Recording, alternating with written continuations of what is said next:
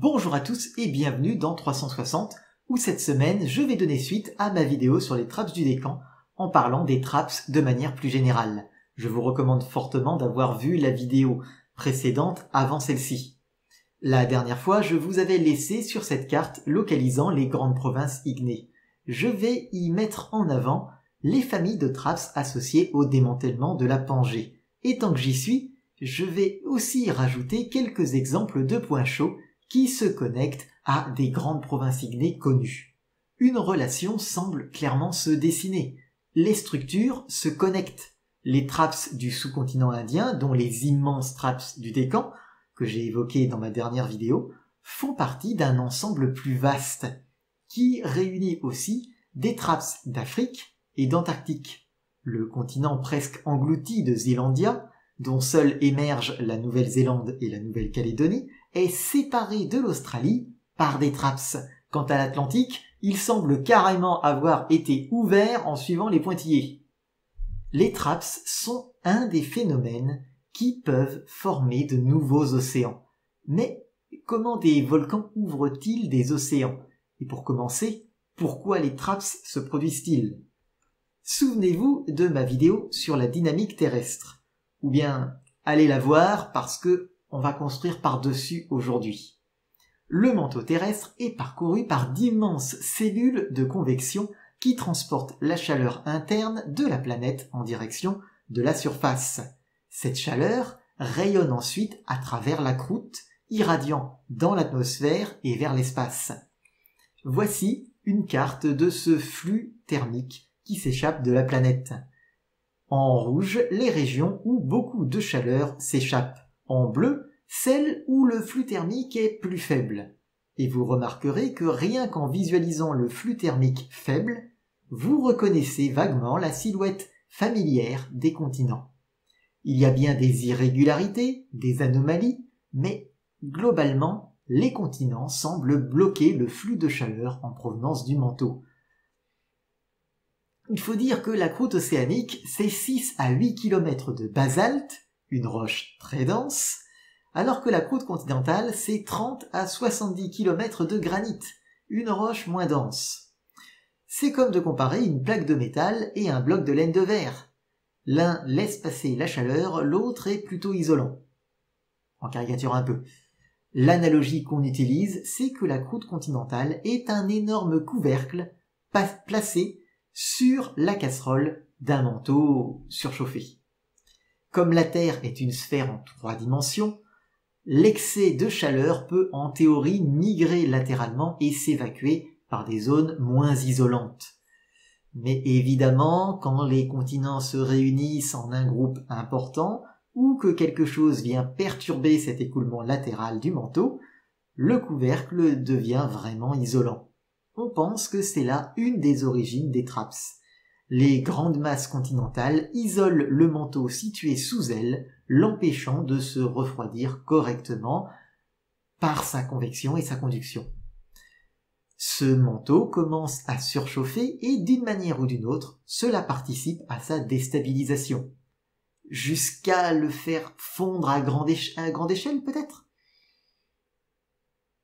Jusqu'à le faire fondre à grande échelle peut-être? On l'a pensé, et il était assez simple de le vérifier. J'ai déjà expliqué la fusion partielle, la composition d'un magma et des roches qu'il forme en refroidissant, sont fonction de la composition de la roche qui a fondu au départ pour produire ce magma. Ainsi, un magma issu de la fusion de la croûte continentale a une composition différente de celle d'un magma issu du manteau lithosphérique, qui est différente de celle d'un magma du manteau asténosphérique, qui est différente de celle d'un magma du manteau inférieur et plus encore d'un magma produit par des roches provenant de l'interface noyau-manteau. Donc, on a analysé les roches des grandes provinces ignées et leur composition est le plus souvent celle d'un manteau riche. Le manteau supérieur a subi la fusion partielle depuis des milliards d'années.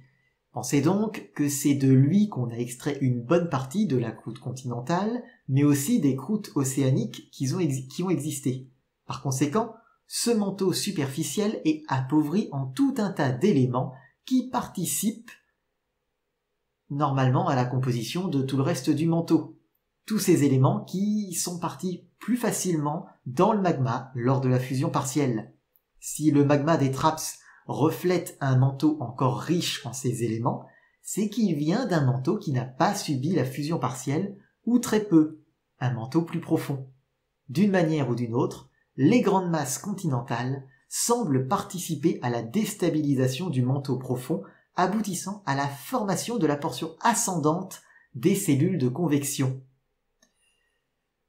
Et quand des roches surchauffées remontent brutalement, à l'échelle des temps géologiques, elles remontent sans avoir le temps de refroidir alors que la pression baisse. Je vous renvoie à ma vidéo sur la fusion partielle.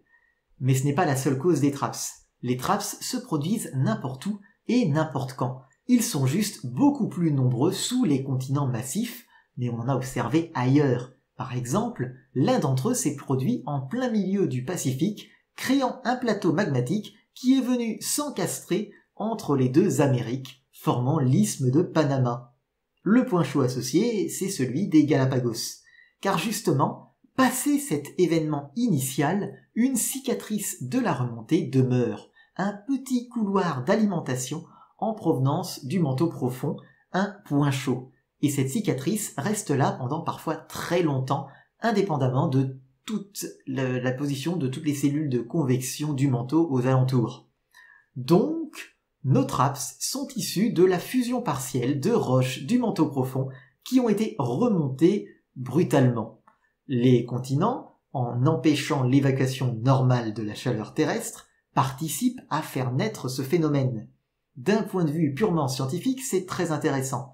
Analyser un magma, c'est ouvrir une petite fenêtre sur la roche dont il s'est extrait. La composition chimique des roches magmatiques des TRAPS et des points chauds nous apporte donc des informations sur la source de ces magmas, sur les roches du manteau profond et même parfois sur l'interface noyau-manteau. Mais ce n'est pas ce qui va expliquer comment un TRAPS peut parfois provoquer la fracturation d'un continent et par conséquent l'ouverture d'un nouvel océan. La lithosphère continentale est composée de la croûte continentale et du manteau lithosphérique continental. La croûte continentale est chimiquement et physiquement différente du manteau. Le manteau lithosphérique, lui, est chimiquement identique au reste du manteau, moins l'appauvrissement déjà évoqué en certains éléments. La limite entre le manteau lithosphérique et le reste du manteau est physique, et plus précisément thermique. Le manteau lithosphérique continental est trop froid pour fluer facilement. Au lieu de participer à la convection, il reste solidaire de sa croûte continentale. Et là arrive un panache mantélique surchauffé qui vient s'insérer contre le manteau lithosphérique et se met à fondre, injectant des tonnes de magma dans la lithosphère continentale. Comme vous vous en doutez, insérer une masse chaude dans un système dont l'équilibre repose sur la température ne peut pas être sans conséquences. Mais on détaillera ça plus tard. À la prochaine, et d'ici là, puisse votre esprit demeurer vif et votre curiosité dénuée de toute limite.